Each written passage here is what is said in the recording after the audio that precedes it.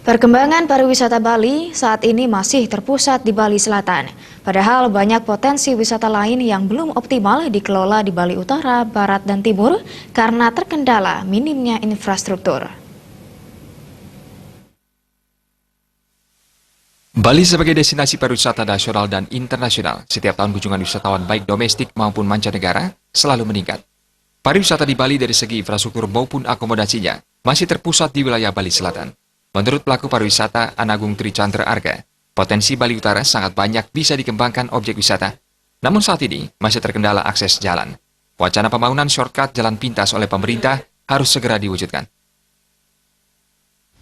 Shortcut itu yang untuk menuju ke Singaraja itu bagus sekali, ya.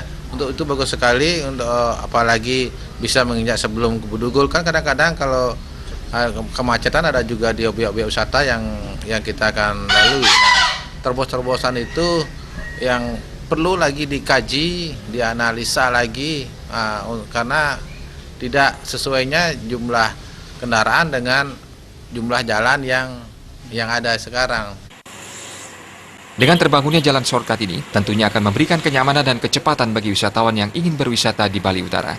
Selain itu, target pemerintah pusat, yakni kunjungan wisatawan ke Bali 8 juta orang pada tahun 2019, bisa terrealisasikan.